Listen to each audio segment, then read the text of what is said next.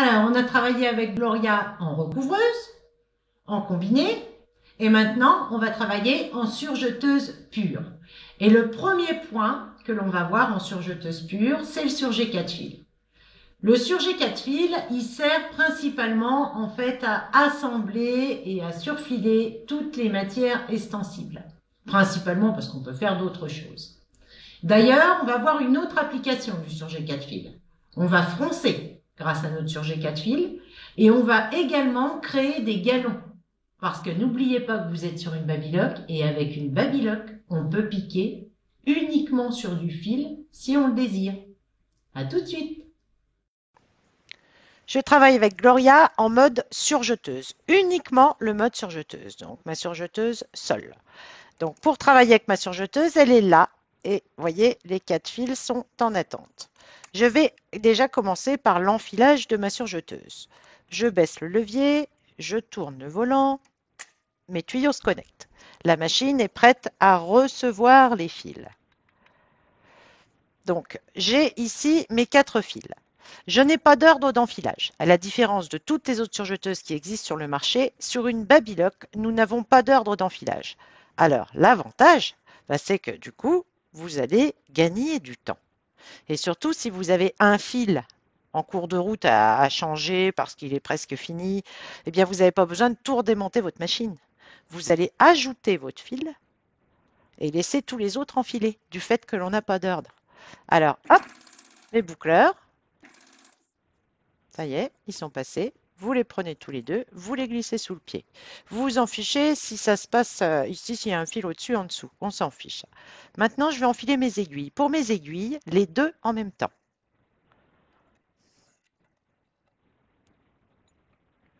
Voilà.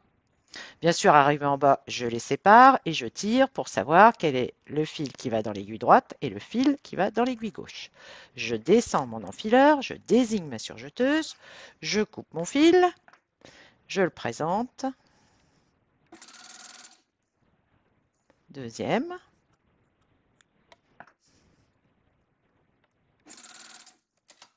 Hop, enfilé. Maintenant qu'on a enfilé sa surjeteuse, on va travailler. Donc je ferme ici. Là, bien sûr, je passe en mode couture. Et ici, j'ai ma longueur et ma largeur. Longueur et largeur. La longueur, je vais travailler en moyenne sur les jerseys à 2,5. Mais plus le tissu ou plus le jersey va être un peu épais, plus vous allez allonger votre point. Pareil pour votre largeur de point. Vous travaillez en largeur moyenne et plus le tissu va être épais, plus vous élargissez le point. On commence par celui-ci. Ah oui, excusez-moi. Je suis en 4 fils, donc bien sûr, je positionne mon sélecteur de points en fonction de ce que je veux faire. Là, je veux travailler en 4 fils. Ah, ça correspond aux 4 fils. J'ai rien d'autre à faire que de mettre simplement mon sélecteur en position. Donc, ce genre de jersey, très, très facile à piquer. Bon, c'est vrai que ces jerseys-là, c'est affreux. Mais quand on a une babylock, il n'y a plus rien d'affreux. Tout passe. Et tout passe merveilleusement. On y va. Je vous montrerai après les points. Je les pique les uns après les autres et puis après, hop, je vous montrerai la qualité du point. En voilà. Maintenant, un jersey un peu plus épais, extensible aussi, mais pas du tout qualité supérieure. Hein. Hop, on y va. Je pique.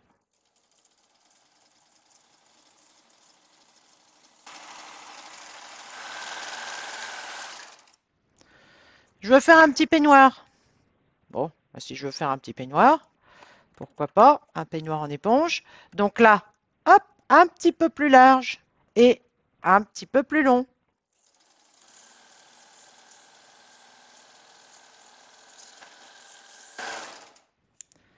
Je veux travailler deux tissus à l'opposé l'un de l'autre. Aucun souci, j'ai une babylock. Je peux me permettre de faire tout ce que je veux. Avez-vous vu que je n'ajuste pas non plus mes aiguilles? Mes aiguilles, en fait, je travaille toujours en 90. C'est des aiguilles ELX en 90 et je fais tout avec. Aussi bien des tissus très fins que des gros tissus. Allez.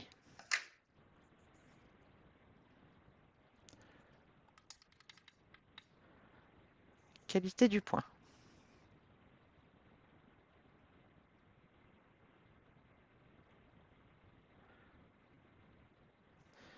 Et l'assemblage de mes deux tissus, parfaitement verrouillé, nickel. Puis là encore, hein, j'avais pas fait attention, je suis resté avec une grande longueur de point, je suis resté à 3, j'aurais pu mettre 2,5. Hein. Et vous voyez un peu, il n'y a pas un tissu qui bouge par rapport à l'autre, il n'y en a pas un qui gondole, qui fronce ou quoi que ce soit, tout est respecté. L'éponge. Alors, regardez ce qu'elle a fait, ça j'adore. Vous voyez comme elle a verrouillé le point là? Elle le verrouille bien à l'extrémité en conservant le moelleux du tissu.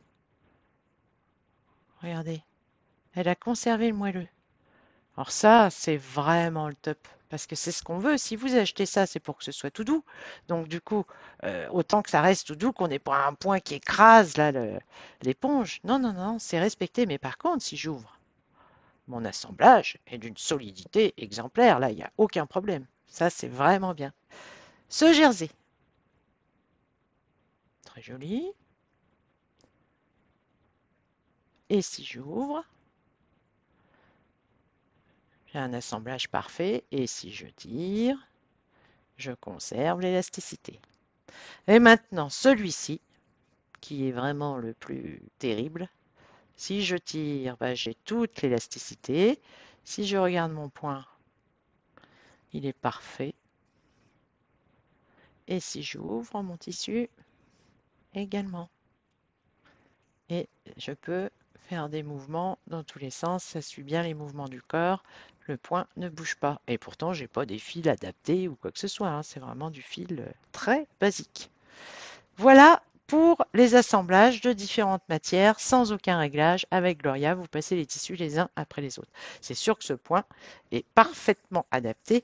Et d'ailleurs, l'usage principal de ce point, c'est l'assemblage en 4 fils de toutes les matières extensibles. Mais on peut, si on le désire, en 4 fils, créer son propre petit galon. Bien sûr, la beauté de votre galon, je descends, dépendra des fils que vous mettez. Là, j'utilise des fils vraiment classiques, hein, basiques. Donc, on va faire un petit galon avec des fils basiques. Et juste après, je vais vous en faire un autre, mais cette fois-ci, je vais mettre des extra forts, les fameux fils que je vous ai montrés dans une vidéo. En fait, les fils qui sont vraiment géniaux. Alors, pour créer son galon, on va déjà commencer par diminuer sa longueur de point vers le 1. Voyez, une longueur de point à 1 à peu près. Et on va mettre la plus grande largeur. Premier passage, je coupe et je renforce l'extrémité de mon tissu.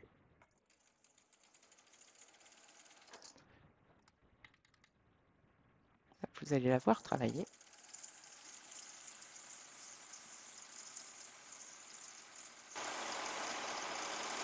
Allez. Là, c'est du fil, bien sûr, basique. Hein. Déjà, si on avait mis un beau fil qui couvre bien, on aurait très bien pu se contenter d'une finition comme ça. Mais ce n'est pas ce que je veux vous montrer. Donc déjà, quand on voit la qualité du point, vous voyez, ce n'est pas parce que vous êtes sur une seule épaisseur, sur un tout petit tissu fin comme ça, que la machine vous a resserré l'extrémité. Non, non, non, non, non. Elle respecte tout, elle laisse tout bien à plat. Donc ça, c'est ma base. J'ai renforcé l'extrémité de mon tissu. À partir de maintenant, je ne coupe plus. Donc, vu que je ne coupe plus, soit je me mets devant mon couteau, soit, si vous avez peur de couper, vous pouvez supprimer votre couteau. Et vous alignez l'extrémité de ce point, l'extrémité de votre tissu, avec la dernière aiguille. Là, ici, ce sont vos repères d'aiguille sur le pied. C'est très bien fait. Donc, vous alignez l'extrémité avec la dernière aiguille. Et on fait la même chose.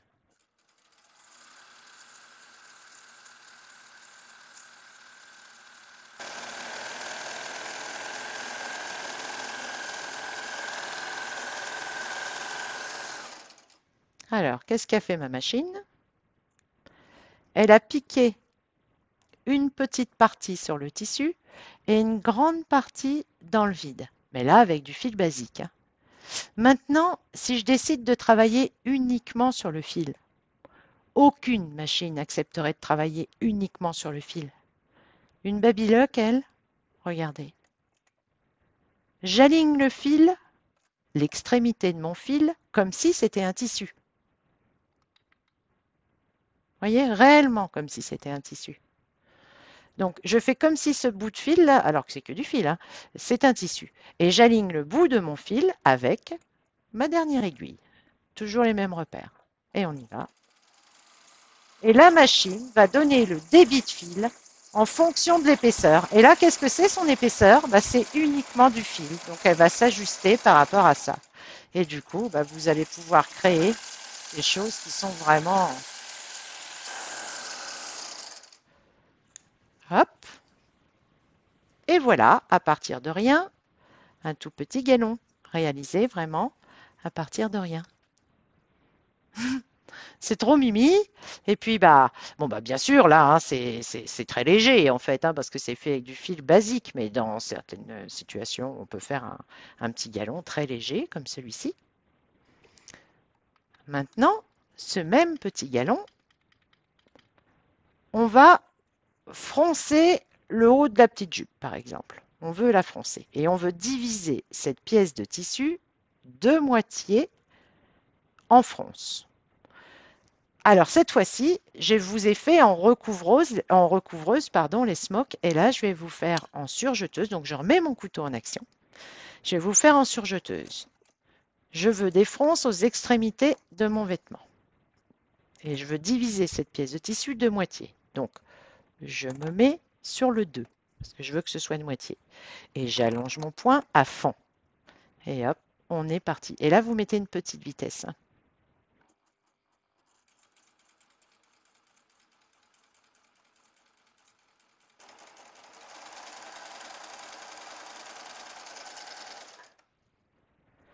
Voilà le résultat. Vous avez froncé, pardon, excusez-moi, vous avez froncé parfaitement et vous avez bien divisé de moitié, en fait, la petite robe parce que vous vous êtes réglé sur le 2. Bien sûr, des tissus qui se laissent froncer. Hein. Mais alors ça, c'est bien parce que c'est un gain de temps terrible. Puis regardez la beauté des fronces, la régularité des fronces, c'est ça qui est vraiment génial. Donc, pour froncer avec ma surjeteuse, eh bien, c'est très simple. Bien sûr, tout cela dépend en fait de la mécanique de la machine, de mes griffes d'entraînement. J'ai quand même 6 griffes d'entraînement sur une Gloria. Donc, du coup, si je lui demande de faire deux moitiés, bah, vous inquiétez pas qu'elle fait bien deux moitiés. Mais vous n'oubliez pas d'allonger votre poing. C'est très important de l'allonger. Et on fait toujours les fronces avec la plus grande largeur et en 4 fils. Il faut toujours 4 fils parce qu'il faut que les deux aiguilles puissent tirer sur le tissu. Hein. Mais vous voyez cette beauté? Comme promis, voici un galon. En fait, on va réaliser un galon, mais cette fois-ci avec mes fameux fils extra forts. Donc là, le résultat réalisé avec des fils à couture traditionnels, hein, c'était cela. Hein, donc, pour vous dire, voilà, vraiment rien de plus basique comme fil. Et maintenant, on va mettre les extra forts parce que là, l'avantage de l'extra fort, c'est qu'il va remplir et du coup, le galon, forcément, va être beaucoup plus fort, beaucoup plus doux. Et aussi, bon après, on ne peut pas dire beaucoup plus joli, parce que il est joli aussi l'autre, mais différent, complètement différent. Et là, je vais le faire par exemple sur un jersey. Hein. Donc, j'ai positionné mes gros fils, mais bien sûr, je ne peux pas les avaler, hein, ces fils-là. La machine ne pourra pas. Ils sont beaucoup trop gros. C'est rempli de petits fils en plus. C'est un mélange de plein de petits fils. Donc, du coup, c'est pas possible. Donc, je connecte mon levier. Je baisse le levier et je connecte mes tuyaux. Je mets mon lasso dans le boucleur inférieur là, je le tiens.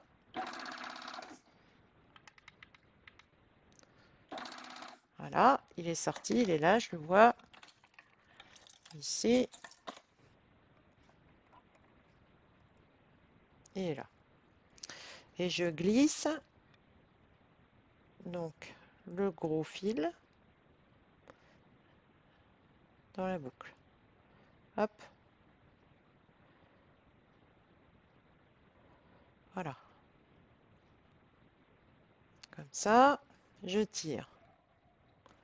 Puis après, je ferai marche arrière pour économiser mes fils, hein, comme d'habitude. Parce que là, j'ai un peu trop... Voilà. En voilà un. Donc, je recule. Hop, voilà. Et voilà. Maintenant, pour le rose. Donc, le plus clair. Du coup, je reprends le même lasso. Je glisse à l'intérieur du boucleur supérieur, dans le petit trou du boucleur supérieur. Et puis, il est sorti. J'ai plus qu'à passer le fil dans la boucle.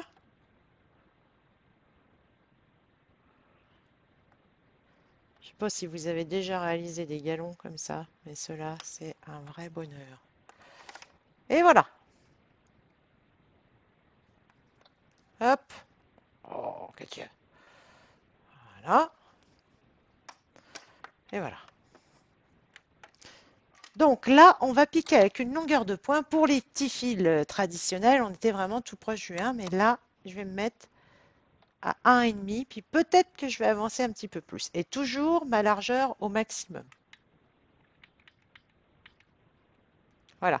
J'ai mis ma longueur à 1,5, et peut-être que la largeur à fond, et peut-être que je vais toucher à ma longueur. Je vais voir en fonction du jersey que je pique. Donc, on imagine que c'est un petit pyjama pour une petite fille et sur le haut du pyjama, donc au lieu de faire un recouvrement traditionnel, on va faire un petit galon.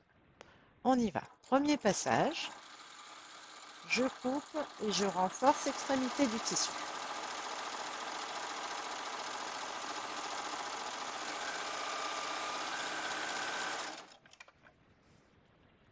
Hop. Alors vous avez vu, naturellement, ça a tendance à gondoler. Si vous ne voulez pas que ça gondole, vous pouvez lever votre différentiel et le mettre à 1,5 et du coup ça resterait bien à plat. Mais moi je veux que ça gondole. J'aligne l'extrémité de mon point avec la dernière aiguille, comme d'habitude.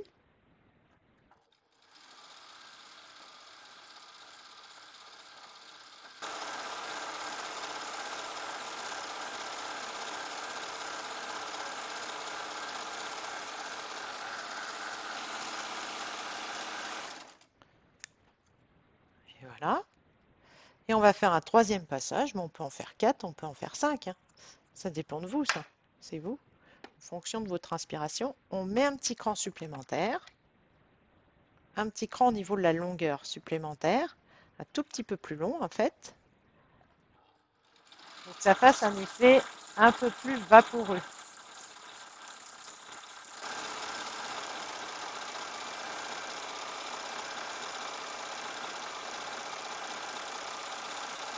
Alors là, je vous fais pour un galon d'un vêtement, mais ça peut être la création d'une fleur, ça peut être ce que vous voulez. Et voilà. Donc là, pas forcément, c'est plein. Hein, vous voyez, c'est tout douillé, c'est tout doux, c'est plein et c'est très joli. Parce que du coup, vous avez imaginé le petit bas, le haut du pyjama, comme ça.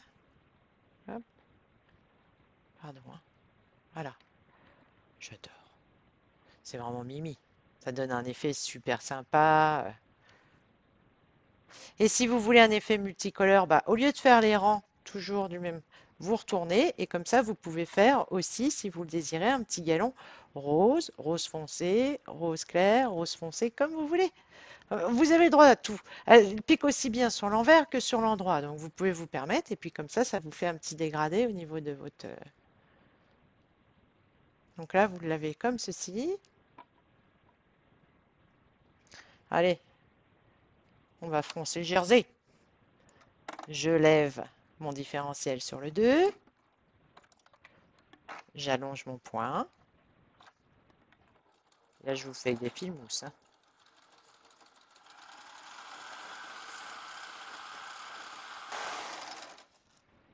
Et hop.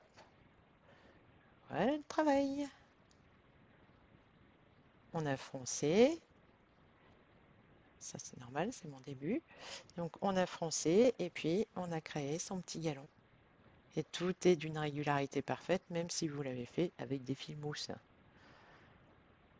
C'est vraiment mignon aussi. Donc, vous voyez le style à l'opposé, hein. Donc là, forcément, on a mis des gros fils extra forts. Donc, ce sont des fils en mousse très, très doux.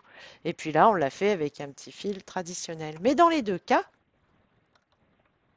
ce sont c'est toujours différent, mais c'est très joli dans les deux cas. C'est deux. Puis après, si vous mettez des coordonnées, vous aurez un autre style de galon. Si vous mettez des fils métalliques, vous aurez un autre style de galon. C'est en fonction des fils que vous lui donnez. Vous pouvez mettre des fils à broder aussi. C'est très joli. Ça prend les fils à broder de la machine à coudre sans aucun souci.